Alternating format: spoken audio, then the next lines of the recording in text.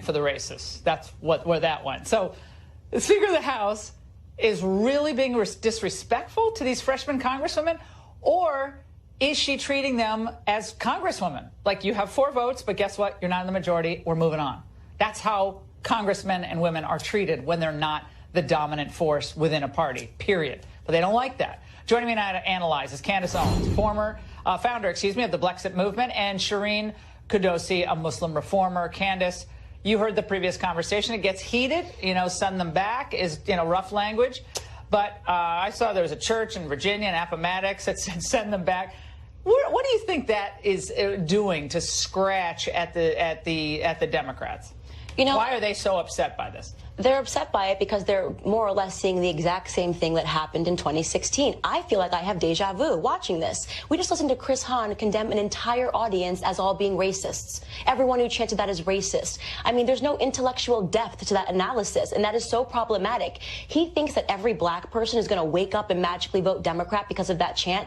That's insulting to black people, to think that we're so foolish, as you said, that we would vote against our own self-interest. We are doing amazing under this economy. It's very clear what this chant meant. It simply meant, if you do not like this country and you don't like America, you are welcome to leave. Obviously, the president is not looking to deport Ilhan Omar, okay? So anybody that's taking it that seriously is completely misreading culture right now. And at the end of the day, they're going to be upset when Trump wins by a larger margin in 2020. I think the exclusion and the intolerance is seen, Shireen, so often today on the left, where if you're a Muslim reformer like yourself, you're not an authentic Muslim. Candace is not authentically black. As a woman, I'm not really being true to the female gender because I don't buy into all their tropes.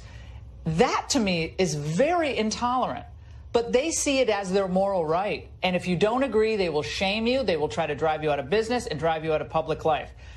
Trump sees that, I think. Now, I could be wrong, but I don't think so. And I think these polls, we're going to get into it next segment, are pretty devastating on an early basis for this Democrat Party going down this direction. Yeah, as a Muslim reformer, I see this behavior all the time. This is extremist behavior.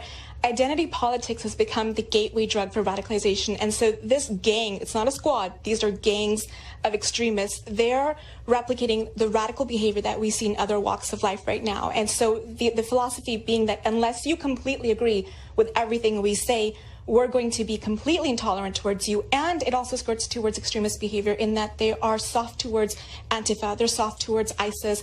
We have a Muslim congresswoman right now who cannot disavow Al-Qaeda. This is almost 20 years after. Are you talking about Ilhan Omar? Ilhan Omar cannot